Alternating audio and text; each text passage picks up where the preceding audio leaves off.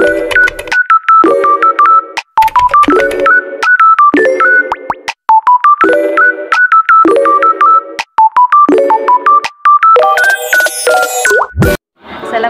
warahmatullahi wabarakatuh. Perkenalkan, nama saya Siti Fathiatul Qori'ah, Prodi PAI kelas A. Nah, di sini saya akan menjelaskan sekilas terkait dengan fikih jinayah. Secara etimologis, fikih berarti paham, bisa jadi paham yang mendalam. Selain itu, fikih juga mengetahui sesuatu dan memahaminya dengan baik. Sedangkan dalam tinjauan morfologi, kata fikih berasal dari kata fakihah yafqahu fiqhan, berarti mengerti atau paham para fuqaha, mengertikan sesuai dengan perkembangan fikih. Tepatnya pada abad kedua, lahir pemuka-pemuka mujtahid yang mendirikan madhab-madhab di semua kalangan umat Islam. Secara termologis, para fuqaha atau ahli fikih mengartikan sesuai dengan perkembangan fikih. Sedangkan pengertian jinayah menurut bahasa adalah bentuk jamak dari kata jinayah yang berasal dari jana yanba yajnihi jinayatan, yang berarti melakukan dosa.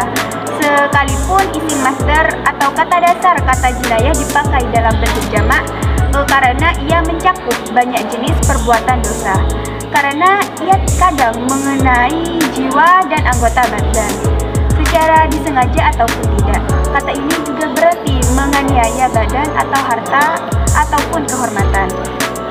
Asas-asasnya di sini meliputi keadilan, yang mana hal tersebut terdapat dalam Quran Surah An-Nisa ayat 58, dan yang kedua yaitu manfaat yang ada pada Quran Surah Al-Maidah ayat 119, dan yang ketiga yaitu legalitas atau keabsahan sesuatu menurut undang-undang, yang ada pada Quran Surah Al-Isra ayat 15 dan Al-Qasas ayat 59. Yang keempat yaitu tidak berlaku surut atau non-retroaktif, yang berada pada Quran Surah An-Nur ayat 4. Yang kelima yaitu larangan memindahkan kesalahan kepada orang lain, yang mana hal tersebut salah satunya ada pada Quran Surah Al-Isra ayat 15. Dan yang keenam yaitu praduga tak bersalah, yang mana hal tersebut ada pada hadis Nabi.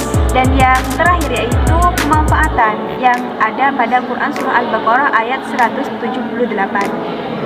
Kedudukannya karena menjaga keberlangsungan hidup manusia yang adil dan martabat, maka kedudukan fikih jinayah sangat penting, baik sebagai individu maupun kelompok dalam masyarakat. Maka dari itu perlu kita pahami dan implementasikan dalam kehidupan sehari-hari dalam beragama, berbangsa, dan bernegara.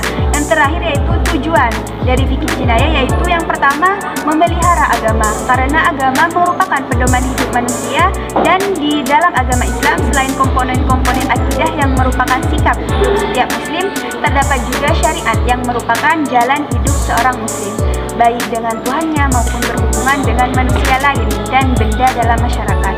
Yang kedua yaitu pemeliharaan jiwa, karena dalam hukum Islam wajib memelihara hak manusia untuk hidup dan mempertahankan kehidupannya. Yang ketiga yaitu pemeliharaan akal, karena dengan mempergunakan akal manusia dapat mengembangkan ilmu pengetahuan dan teknologi. Tanpa akal, manusia tidak mungkin pula menjadi pelaku dan pelaksana hukum Islam.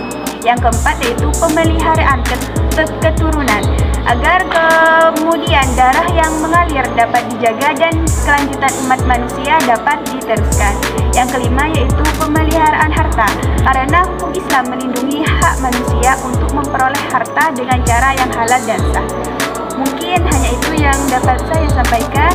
Kurang lebihnya mohon maaf. Wassalamualaikum warahmatullahi wabarakatuh.